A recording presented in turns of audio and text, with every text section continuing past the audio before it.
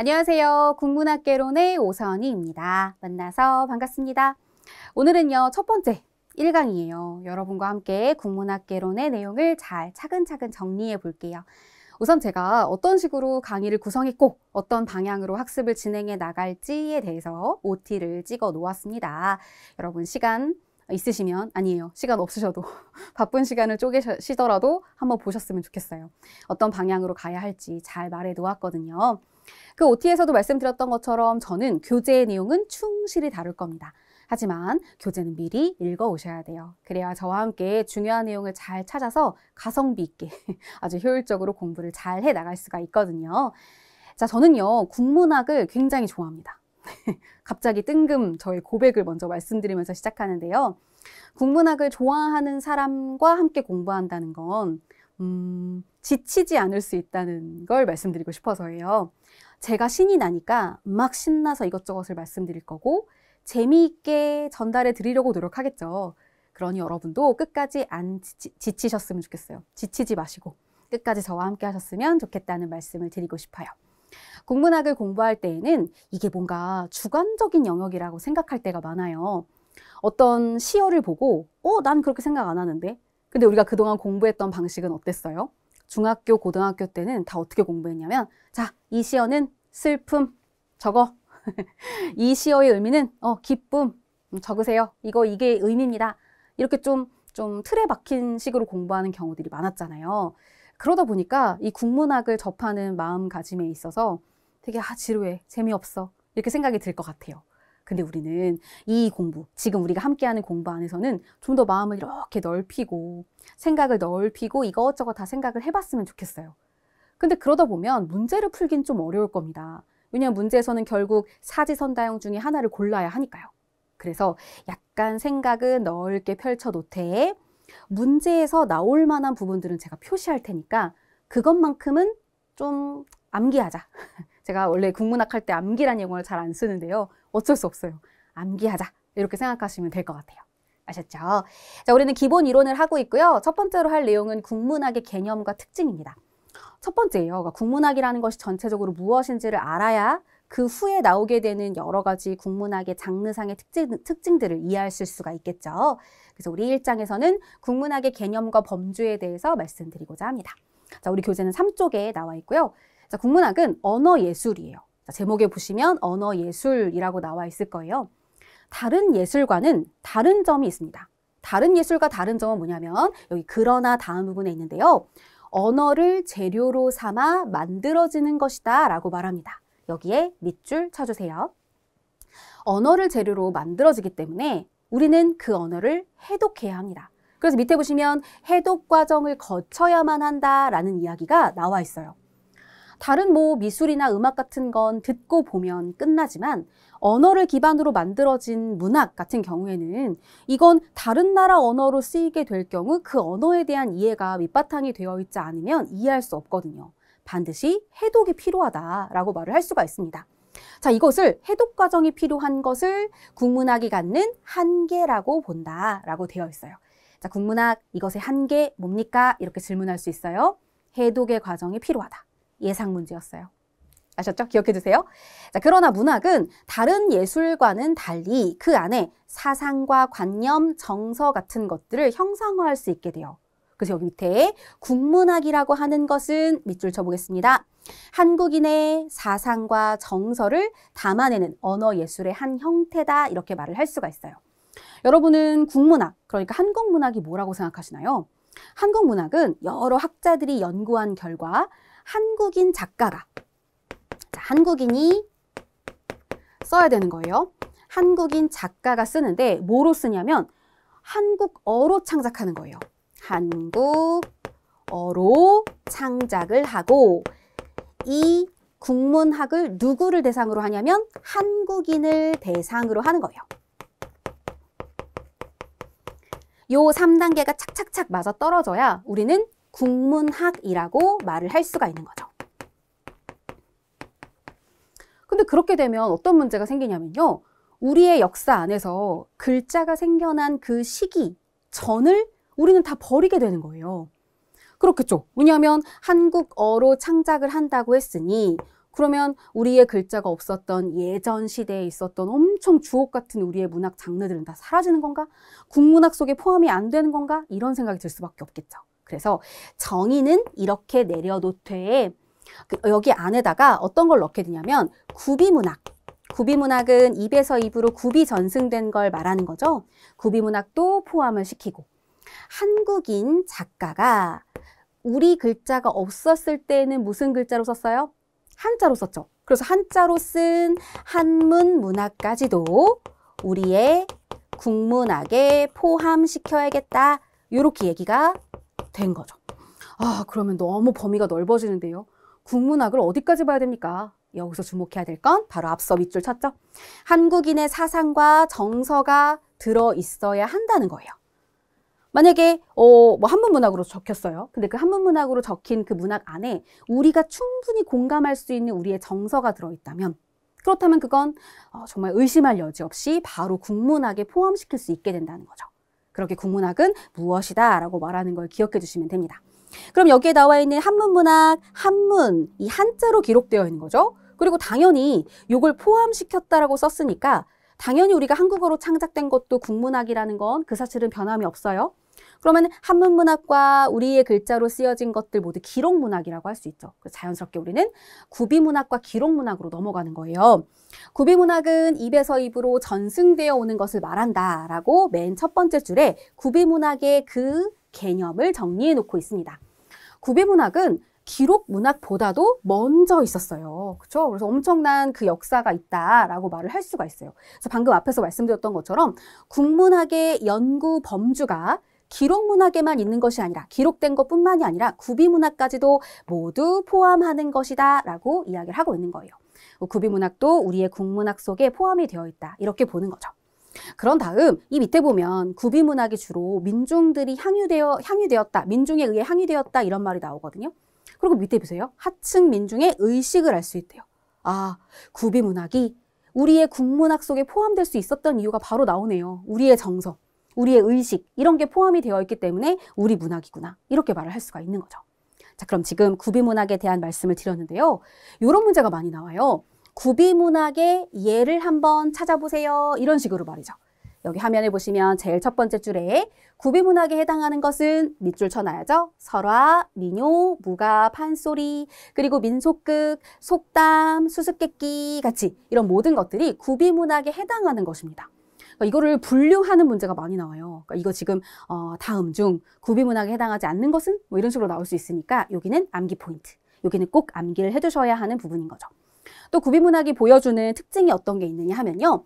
구비문학은 기록문학의 발달에 영향을 주기도 했었다. 이렇게 말합니다. 제가 이렇게 색깔을 바꿔서 정리를 해놓는 것은 위에는 단순한 예고요. 여기 밑에는 어떤 특징이기 때문에 좀 두 개를 구별해서 적어봤습니다. 자, 이렇게 구비문학의 특징을 정리해봤고요. 이제 한글 문학과 한문 문학으로 넘어가서 이야기를 해보려고 합니다. 자, 이 둘은 기록문학이겠네요. 그죠? 기록문학 모두 국문학에 들어간다고 볼 수가 있습니다. 국문학은 한글이라는 주체적 문자를 통해서 쌓아 올린 문학이다라고 되어 있고요.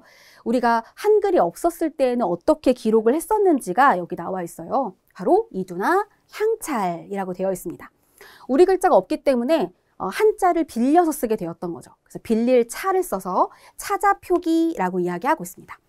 이두나 향차를 사용해서 표기를 하려고 했다라는 건 어떤 의미가 포함이 되었느냐 하면 이게 한자로만 쓰려고 하는 그러니까 한문을 이렇게 쭉 보시면 우리가 사용하는 어순이랑 좀 다르잖아요. 한자를 보면 독서, 읽는다, 책을 이렇게 되어 있잖아요. 우리는 그렇게 안 쓰죠. 책을이 먼저 나오죠. 이렇게 우리랑 좀 의식적으로 많이 맞지가 않는단 말이에요.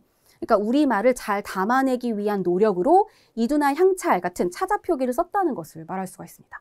여기 지금 정리되어 있네요. 따라서 중요하겠죠? 뭐든지 줄글에서 따라서 이로써 결국 마지막에 정리되어 있는 내용은 꼭 표시해 두세요. 국문학의 범주에는 우리나라 사람이 한글로 쓴 작품과 한문으로 쓴 작품 모두가 포함되어야 한다. 여기다가 앞서 만났던 구비문학까지도 포함이 되어야 한다. 이렇게 보는 거죠. 그럼 제가 한번 표기를 해볼게요. 우리의 국문학 범주를 이렇게 얘기할 수 있는 거죠. 글자로 적혀져 있지 않았던 구비문학도 포함이 되고 기록 문학도 포함이 되는데 기록문학은 다시 둘로 나눠서 한문으로 적힌 한문문학과 한글로 적힌 한글문학까지 이렇게 체계를 확인할 수 있는 거예요. 체계적으로 국문학의 범주가 어디까지인지를 정리해보는 글의 내용이었습니다. 자, 그럼 가볼게요. 이제 2장이에요. 2장은요, 국문학의 갈래에 대해서 정리해보는 시간이에요. 자, 바로 가볼까요? 여기 보면 갈래란 장르라고도 합니다. 자, 여기다가 밑줄을 좀 쳐볼게요. 별거 아닌 것 같지만 이게 같은 말이다 라는 걸 꼭 기억해 주셔야 돼요. 갈래라는 건 장르를 뜻하는 거구나 라고 말이죠. 그래서 갈래와 장르를 같은 말로 확인을 했고 이걸 어떻게 묶고 어떻게 나누느냐라는 그 종류를 지금부터 이야기를 할 건데 제일 첫 번째, 향가, 시조, 고전수월 등이 갈래를 의미하는 것인데 여기에서 문제가 되는 건 가사 작품이에요. 가사의 동그라미. 왜냐하면 가사라는 작품은요. 하나의 줄을 사음보로 끊어서 읽게 됩니다. 여기서 말하는 음보는 뒤에 가서도 계속 나오겠지만 한 번 말할 때 한 숨에 내뱉을 수 있는 그 말의 덩어리라고 생각하시면 돼요. 그 한 줄이 4개로 끊어서 읽힌다고 생각하시면 됩니다. 사음보예요. 사음보는 시조도 사음보예요. 근데 여러분 시조는 잘 아시다시피 초장, 중장, 종장으로 되어서 간략하게 끝맺음이 되거든요. 근데 가사는 사음보, 여기까지는 시조랑 똑같아요. 근데 길이에 제한이 없는 거예요. 길이에 제한이 없이 마구잡이로 쭉 늘어날 수가 있어요. 엄청 긴 가사 작품은 책 한 권이기도 해요. 그럼 이렇게 본다면 사음보니까 여기에는 형식이 있어요. 다시 말해서 운율이 있다는 얘기예요. 근데 길이에 제한이 없다 보니까 이건 하나의 산문 같은 느낌이 드는 거죠. 원래 운율이 있는 글은 산문이 아니라 운문이라고 하거든요. 그럼 이게 운문인지 산문인지 알 수 없는 애매한 문학 작품들이 생기게 된 겁니다. 그래서 이거를 어떻게 나눠야 할 것인지 굉장히 모호하게 된 거죠. 근데 그럼에도 불구하고 이 작업은 계속 이루어졌어요. 갈래를 구분한다는 것은 보다 그 작품을 구체적, 총체적, 체계적으로 이해할 수 있는 방법이다 라고 되어 있습니다. 자, 구체적. 당연하겠죠. 이 각각에 해당하는 문학 장르들을 다 모두 조사해서 연구한다는 거니까 구체적 연구 결과가 나오겠죠. 또 이걸 어디에 속하는지 확인하는 순간 그 속하는 상위 개념을 확인할 수 있으니 총체적이겠죠. 그건 체계적이기도 하고요. 요 3개의 단어 예상 문제입니다. 여러분, 이 3개의 단어가 나와요. 우리가 갈래를 구별해야 하는 이유가 뭔가요? 그 갈래 작품을, 그 작품을 보다 구체적, 총체적, 체계적으로 이해할 수 있게 만들어주기 때문이다 라고 기억하셔야 됩니다. 자, 그래서 첫 번째 시도로 우선은 시가와 산문으로 나누는 작업을 했어요. 그래서 시가에는 잡가, 향가, 시조, 별고 같은 것들을 쭉 넣었고 산문에는 이런 것들을 넣었고요. 이런 것들은 2개로 나눴으니까 이분법이라고 말할 수 있겠죠. 그러다 장덕순이라는 사람은 3분법을 했습니다. 서정, 서사, 극으로 나누었죠. 그러다 가사를 어디에 넣어야 될까? 아까도 애매했던 그 작품 가사가 어디다 넣어야 될까? 그래서 그 대안으로 나온 게, 자, 밑줄 치겠습니다. 시가, 소설, 희곡, 가사로 넷으로 나누는 시도를 하게 된 거죠. 순서 아시겠어요? 둘로만 나눴다가 그 다음 셋으로, 그러다가 넷으로 나와서 가사를 쭉 하고 넣는데 이게 뭔가 애매한 겁니다. 마땅치 않았어요. 그래서 어떻게 할까 하고 조동일이 문학 갈래를 나누게 되었어요. 그걸 가장 설득력 있고 가장 힘이 있는 문학 갈래라고 봅니다. 자, 그럼 볼게요. 이렇게 4개로 나눴습니다. 조동일의 구분법은 4분법이 되는 거예요. 그럼 우리가 지금 주목해야 될 거 뭐겠어요? 아까 가사가 어디에 들어가야 되나 애매하다 그랬죠? 가사 찾아볼까요? 뚝뚝뚝뚝뚝뚝뚝. 어디 나오냐면 여기 나옵니다. 가사에 동그라미 표시 꼭 해주세요. 별표도 하나 쳐주세요. 조동일의 분류에서의 가사는 교술이라는 것으로 묶어서 나오게 되었습니다. 그럼 지금 왼쪽에 나와 있는 서정, 교술, 서사, 희곡 같은 경우는 맨 위에 보니까 갈래, 류라고 되어 있죠? 자, 얘네들은 모두 유개념이에요. 그리고 그 안에 나와 있는 것들 여러 개 종이라고 나와 있죠? 네, 여기는 종개념입니다. 자, 종개념이 클까요? 유개념이 클까요? 자, 범위 유개념이 크죠. 유개념 아래에 종개념이 있는 거예요. 그럼 만약에요. 자, 우리의 문학갈래는 서정, 교술, 전설, 희곡이 있다. 이렇게 왔다 갔다 얘기하면 제대로 분류한 걸까요? 아니에요. 유개념은 유개념끼리, 종개념은 종개념끼리 나누어서 이야기해줘야 제대로 분류한 게 됩니다. 예상 문제입니다. 그래서 분류할 때는 서정, 교술, 서사, 희곡이라고 유개념을 말해주시거나 여기 안에 있는 것들을 나눠서 얘기해 주시거나 하시면 되는 거죠. 서정갈래는 세계의 자아화라고 되어 있습니다. 말이 좀 어렵죠? 세계에 있는 모든 것들을 나화하는 거예요. 나만의 방식으로 다시 한번 생각해 보는 거예요.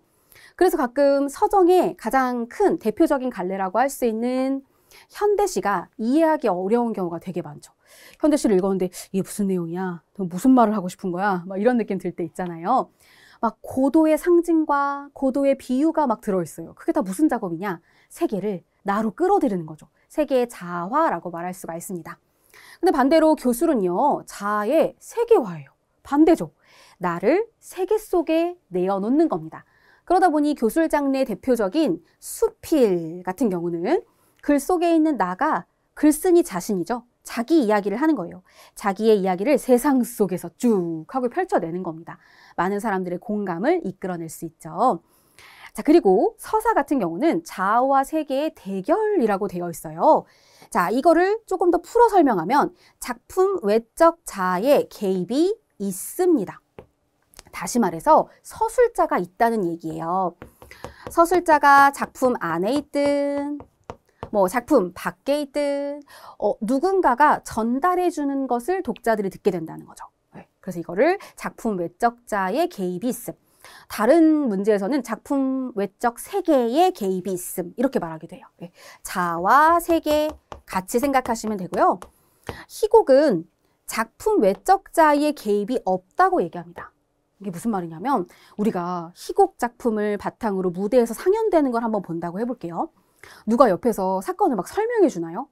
아니죠. 무대 위에 있는 인물들의 행동과 대사 같은 걸 보면서 마치 내 눈앞에서 지금 그 사건이 실제로 지금 일어나고 있는 것처럼 느껴지잖아요. 그쵸? 그래서 현재화된다, 현재형으로 표시한다 이렇게도 말해요. 희곡의 특징으로. 그게 그냥 전달자가 없이 우리가 보는 그것이 그대로 우리에게 받아들여지는 거죠. 이런 걸 개입이 없다라고 이야기합니다. 되셨죠? 그럼 여기 오른쪽에 나와 있는 갈래 종의 내용들 중에서 또 나올 만한 것들 몇 개 말씀드리면 여기 판소리와 그리고 신화가 있습니다. 판소리와 신화. 자, 판소리가 뭐 가장 우리가 잘 알고 있는 뭐 춘향전이나 춘향가겠네요. 판소리니까 춘향가, 심청가 이런 게 있는데 거기 안에도 이야기가 있지 않나요?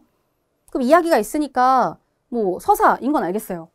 근데 얘는 이거를 이야기가 있는데 서사인데 여기 안에 노래도 있잖아요. 그쵸? 막 노래 부르잖아요. 이리 오너라 업고 놀자 하잖아요. 그럼 노래니까 운율이 있으니까 서정 아니에요? 이것도 사실 그래서 되게 애매한 개념이거든요. 판소리는 서사에 넣었다. 이야기에 주목한 거예요. 그 노래보다도 이야기에 주목한 겁니다. 자, 신화도 마찬가지로 이야기가 있죠. 그래서 서사에 넣어주었다라고 보시면 돼요. 자, 그럼 다음으로 가서 조동일의 갈래 구분은 교술이라는 갈래를 두었다는 특징이 있습니다. 교술이라는 걸 넣어서 그 안에 가사를 넣었고 그리고 우리가 알고 있는 수필도 이 교술 장르에 들어간다고 말을 할 수가 있는 것이죠. 자, 그리고 나서 여기에는 맨 마지막에 나와 있는 한국문학의 갈래 구분이 어떤지가 나와 있어요. 여기도 우리 밑줄을 쳐놔야죠. 한국문학의 갈래 구분은 완결된 것이 아니라 여전히 상대적이고 유동적이다 이렇게 말합니다. 이것도 예상 문제. 한국 문학의 갈래를 구별하는 것들이 누군가 만들어진 것대로 외우고 암기하는 것이 아니라 지금도 여전히 많은 학자들에 의해서 이렇게 할까 저렇게 할까 이런 얘기들이 많이 나오고 있다는 얘기예요. 그 점을 기억해 주시면 되겠습니다. 자, 이제 그럼 3장으로 가볼까요? 국문학의 연구 방법입니다. 3장, 국문학을 연구하는 방법이 여러 가지가 있죠. 우선 첫 번째는 작가론이에요. 자, 오늘 어떤 작품을 볼 때 이 작품의 작가를 보는 거예요. 작가가 어떤 사람이다. 어떤 류의 작품을 많이 썼던 사람이다. 그러면 그 사람의 가치관을 적용해서 이 작품을 해석해 보는 거죠. 그게 작품론입니다. 작품은 작가의 독창적인 산물이고 작가와 작품의 관계를 규명함으로써 작품의 의미를 온전히 이해하는 것이 가능하다고 보는 거예요. 다시 말해서 작품은 혼자 동떨어져 있지 않고 작가와의 관계를 바탕으로 분석해야 한다. 이런 말이에요. 여기 좀 붙였어야겠죠? 자전적 경험 및 전기적인 생애는 물론이고 작가가 살아온 시대 상황과 환경 등에 대한 연구가 이루어져야 합니다. 자, 그래서 여기 시대 상황에 밑줄 쳐볼까요? 해당 작가가 6.25 전쟁을 다 이렇게 지내온 작가다. 그러면 그의 작가의 작품 속에는 전쟁에 대한 이야기가 사실 안 나오기 어렵죠. 그죠? 이 작가들은 그 시대의 지식인이거든요. 그럼 시대를 관통해 오고 있는 어떤 진리나 가치관 같은 것에 그냥 눈 감고 귀 닫을 수 없어요. 그런 것들을 계속 듣고 이걸 내가 어떻게 작품으로 만들어 놓을 수 있을까를 계속 고민한단 말이에요. 시대 상황도 역시 그래서 작가에게 큰 영향을 준다는 겁니다. 자, 근데 만약에요, 그 작가가 어렸을 때 6.25 전쟁이 다 끝난 상황이라고 해볼게요. 실질적으로 작품 활동을 한 것은 전쟁 후라고 한다면 그 전쟁의 묘사가 그렇게 막 밀도 있게 엄청 심각하게 진행되지 않을 수도 있겠죠. 왜냐하면 전후 세대에 이미 전쟁이 끝난 상황에서 느끼는 바를 소설 속에 담거나 할 테니까요. 자, 그래서 너무 작가에 집중하게 되면 작품을 잘못 해석할 수 있다라는 한계점이 있어요. 이 작가의 생년월일 보니까 50년대생이잖아. 아, 그럼 이 사람은 전쟁 이야기를 하겠군. 이렇게 단언할 수 없다는 거예요. 전쟁 끝나고 태어난 것일 수도 있고 전쟁에 대해서 그닥 많은 생각을 안 하고 있을 수도 있고요. 그러니 항상 꼭 무조건 붙어가지고 무조건 연결지어서 작가와 작품을 이야기할 필요는 없다. 이런 얘기가 뒤에 나옵니다. 자, 볼게요. 한계점이에요. 작가로는 하나의 작품이 나오기까지 너무나 많은 자료와 사실이 전제되어 있다고 보는 것으로 작품의 원천과 가치에 대한 혼동이 생길 뿐 아니라 작품의 미적 구조, 작품의 독자성을 제대로 추론하지 못한다. 여기 나오죠? 작품, 그 A라는 작품 하나의 독자적인 의미, 독자적인 주제를 제대로 추론하지 못하고 그냥 이걸 작가하고만 연결지어서 해석할 여지가 있다. 이건 한계점이다. 이렇게 말할 수가 있는 거죠. 자, 하지만 그럼에도 불구하고 작가로는 의의가 있습니다. 왜냐하면 작가와 사회, 작가와 다른 작가들의 관계 등을 밝힐 수가 있거든요. 비슷한 생각을 가지고 있는 작가들이 모여서 어떤 모임을 만들고 하잖아요. 그러면 그 작가들 사이의 관계 이런 것도 그 작품을 해석하면서 우리가 눈여겨봐야 될 그런 내용들이라고 할 수 있죠. 작가로는 이렇고요. 자, 그 다음은 작품론이에요. 작품 어떻게 보는 거냐면 문학의 형식에 주목하여 문학 작품을 작품답게 하는 문학적 형식을 밝히는 겁니다. 요거 주목해야겠죠? 작품답게 하는 문학적 형식. 네, 요거를 다른 데에서는 문학성이라고도 말해요. 문학성. 문학이 될 수 있는 부분에 집중한다는 얘기예요. 그럼 이 얘기는 작가나 뭐 배경이나 이런 걸 보는 것이 아니라 작품 자체에 주목한다는 얘기겠네요. 이 작품이 사랑 이야기를 하고 있는데 사랑 이야기를 하면서 이걸 그냥 사랑은 소중하다라고 쓰면 이건 문학작품이 되기 좀 어렵겠지만 사랑을 보여주기 위해서 비유법도 쓰고 상징도 쓰고 뭐 심지어는 인물들을 막 추가해서 사건을 만들어내고 그건 문학성이잖아요. 그렇죠? 이걸 문학답게 만들어주는 형식에 초점을 맞추는 거예요. 자, 그래서 그 안에 나타난 상징이나 은유, 모티프, 내용과 형식의 조화 등을 살펴보는 겁니다. 자, 이렇게 딱 보면 위에서 형식에 주목한다고 했으니까 형식만 보는 건가요? 이렇게 문제가 나오는 것도 예상 문제. 자, 어떠세요? 내용과 형식의 조화라는 말 보이죠? 자, 형식이 어찌 홀로 단독으로 존재할 수 있겠어요? 그 형식은 밥그릇 같은 거 아닐까요? 네, 내용을 담아내는 밥그릇이잖아요. 그러니까 어찌됐든 내용과 조화를 이루어야 하는 게 맞겠죠. 형식만 본다 이렇게 말하면 안 됩니다. 형식에 조금 더 치중을 한다 이렇게 기억하셔야겠죠. 그래서 여기 밑에 보면 문학다운 이유, 다른 말로 문학성을 밝혀내는 연구 방법이다 이렇게 보는 겁니다. 역사적인 안목이 결여되어 있고 문학사에 대한 문제가 해결되지 않는다는 문제가 있죠. 왜냐하면 작품 안에 충분히 그 당시의 세계관이나 가치관을 담아냈는데 우리는 작품론에서 그냥 문학작품만 본다 그러면 이건 뭔가 그 전체의 뭐라고 할까요? 문학사에 대한, 문학의 역사에 대한 이런 게 규명이 잘 안 될 수 있겠죠. 하지만 그럼에도 불구하고 저기 또 나오네요. 문학성 규명. 문학이 문학다운 그 형식을 찾아낼 수 있다는 거. 그런 게 좋은 점, 의의라고 말할 수 있겠습니다. 자, 이제 그러면요. 이번에는 갈래와 문학 담당층의 변화 얘기를 해볼까요? 첫 번째, 언어에 따른 문학의 갈래입니다. 자, 언어 얘기는 앞에서 좀 어느 정도 다뤘어요. 그러니까 우리가 표기할 문자가 있었던 시대와 아닌 시대. 아닌 시대는 구비문학이 있었고 표기할 문자가 생기게 되면서 그때서야 이제 우리는 한글 문학도 쓰고 그 전에는 한자로 쓰는 한문 문학도 있었고 이렇게 말씀드렸죠. 그러니까 언어와 관련지어서도 얘기할 수 있어요. 그 얘기가 바로 고대시대로 들어가서 얘기가 나옵니다. 고대시대의 한국문학은 구비문학의 형태로 존재했다. 이때는 글자가 없었으니까요. 그러면 고대 시대 동그라미 치고 구비문학 이렇게 정리해 주신다면 정확하게 두 개의 연결성을 확인할 수 있겠죠. 그런 다음 구비문학 중 일부가 문헌으로 정착되고 차자를 통해 향과 같은 작품들이 생기게 되었고 지배층의 한자 사용이 보편화되면서 다양한 한문문학 작품들이 생기게 되었습니다. 조선 전기로 가볼게요. 시대 구분 나왔으니까 동그라미. 세종에 의해 한글이 창제된 시기, 조선 전기죠. 그때 국문문학의 비중이 점점 커지게 되었다. 이렇게 밑줄 쳐두시고요. 그런 다음 두 차례의 전쟁을 거친 17세기 이후입니다. 그럼 이때는 조선 후기라고 말할 수 있고 그때 국문문학의 중심을 이루게 되었다.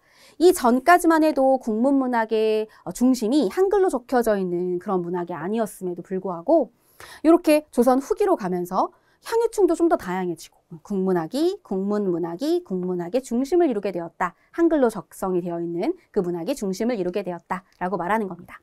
그럼 한번 시기별로 한번 정리해 볼까요? 자, 표가 나와 있습니다. 자, 우선 고대예요. 한자 유입 이전입니다. 그때는 구어겠죠? 말로써 왔다 갔다 하는 거예요. 건국서사시나 민요 등의 구비문학이 그 자리를 차지하고 있었죠. 구비문학은 옆에다 써볼까요? 적층문학이다 이렇게 말합니다. 적층문학. 적층은 그게 하나하나 쌓였다는 얘기예요. 층층이 쌓였다는 이야기인 거죠.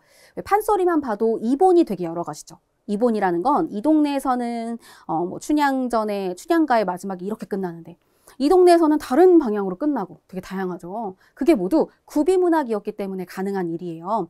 어제 본 드라마의 내용을 A라는 친구는 굉장히 간략하게 짧게 요약해서 전달하는 경우가 있지만 B라는 친구는 어제 본 드라마를 굉장히 막 대사까지 넣으면서 심지어는 좀 각색도 해요. 그쵸? 그런 친구들 있죠. 그렇게 막 바꾼단 말이에요.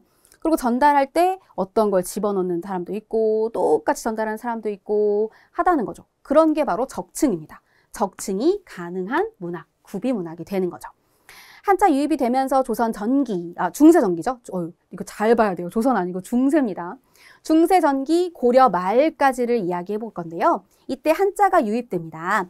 차자표기, 향찰, 이두 같은 것들이 등장하고 지배층의 한문 사용이 보편화되죠.